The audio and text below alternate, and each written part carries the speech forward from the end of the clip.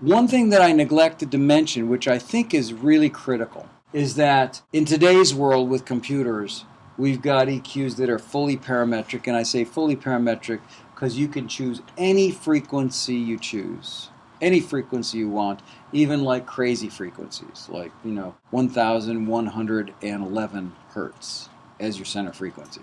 Whereas in the old days, when I was learning how to EQ, we had these boards called Neve and API and all of the vintage boards that everybody goes, that sounds so great, I wish I could afford one. And they didn't have fully parametric EQs.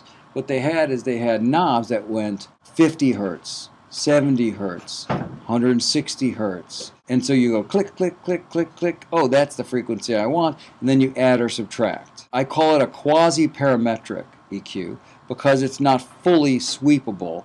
You only get specific frequencies you can use. Why did they do that? They did that, first of all, because of the electronics. This is all analog. It wasn't algorithms. And second of all, they chose certain frequencies because they were the most musical frequencies that they discovered. This works really good for low end. This works really good to brighten guitars but not make them brittle.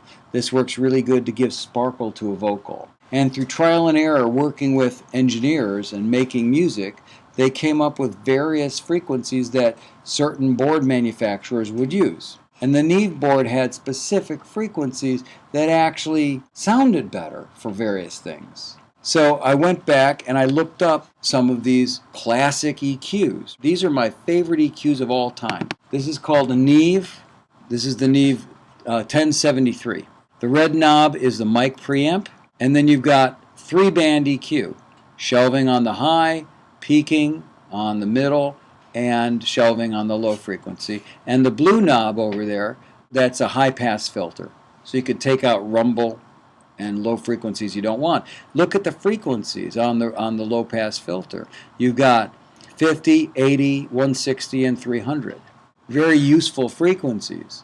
This should give you a clue, if you're just really learning how to engineer and make things sound really good, that maybe I should look at these frequencies and try these first. This is the classic 1081. This came out of an 8078.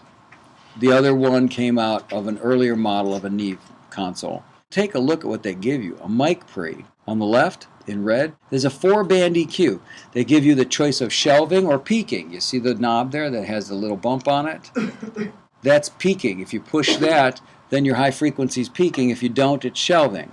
And they give you frequencies. They give you up to 15,000 hertz, 10,000, 6.8, 4.7, 3.3. But then you see they give you all these various frequencies. The upper mid band is only peaking, but they give you an extra switch here to make it high Q or low Q. So they didn't give you fully sweepable choices. They gave you only what they could give you. Extremely useful because they were chosen for their musicality. Okay, and then when you get past the low frequency here, you've got a high pass and a low pass filter there. And you can see the frequencies they allow you. And then PH is phase flip. EQ means insert the EQ. Solo, of course, soloing. So anyway, this is well worth looking at. And know these frequencies. Use these frequencies. Don't just randomly go, I'm going to twist this way out of shape. Let's see how weird I can make the picture look. Start with these frequencies and you'll have much better luck with the sounds that you're getting.